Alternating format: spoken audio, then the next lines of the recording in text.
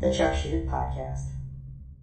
How does that work with different personalities? Because, I mean, I look at that championship Seahawks team, and you just had such interesting personalities. You had the quarterback, Russell Wilson, who was very quiet, humble back then. I think he's changed a little bit since then. We could talk about that. But, he was kind of put his head down, go to work, go Hawks. And then you had Richard Sherman, who's like, I'm the best corner in the game. Yeah. And you had Marshawn Lynch, who was like, I don't want to talk to the press. Like, you had these personalities. And I feel like with Lynch and Sherman, they had this like swagger. And I know in your book, you talk about, arrogance is one of the pitfalls, but it seemed to work for them. So how did Pete handle those personalities? You ever watch wrestling, professional wrestling? Oh, yeah. With branding? Yeah. The bad guy? All yeah. right. That's what it is. When Richard goes on and puts on his costume, his uniform, he becomes the bad guy. And when did he do it? With the tip in the end zone against the 49ers, and he got into, all right, that was the bad guy. And then he talked and he did it.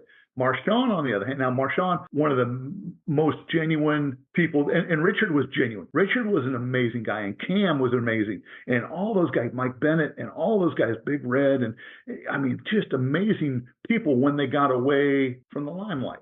Because what you see as a fan is what they put out on the field. That's their branding. What I saw were individuals who cared about how to take care of myself. How do I elongate my career? Because there's not another job out there that I'm going to make $15 to $20 million playing a game. And so they were amazingly branded. And so that's part of it right there. Now, when they have a head coach that is consistent and cares about them, and the staff cares about them, there's that buy-in that they want to be part of it because it's genuine, it's consistent. Okay, because humans love consistency, right? If you look at what Bill Belichick did with his organization and what Pete Carroll did with his organization, two different ways, two different things.